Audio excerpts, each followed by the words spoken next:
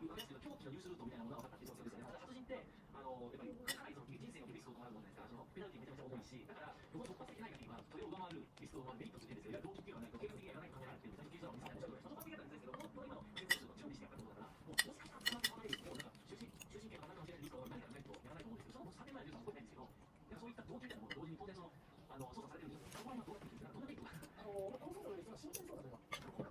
容疑者の金銭感覚だったりとか、収支のバランス、そういったものでお金を持っているのか、それとも健康を持っているのかというのは、状況や環境捜査である程度僕は組んでるんですけど、動機というのはおっしゃる通りで、被疑者の供述、どうして作られたのかということに関しては、被疑者が話をしないと、真実は書いてあるんです。結構、莫大なお金の用があるとか、そういう客観的に観察できるような動機につながるような動機ないと。そうです。動機というのは、捜査で明らかになってたら、今回しないと。これは変更だと思います。だから、それ以外の犯行の計画、あと犯行の計画というのは、ある程度の計画の中で、容疑者が一人やったということを立証して書いていったということです。その連載的に、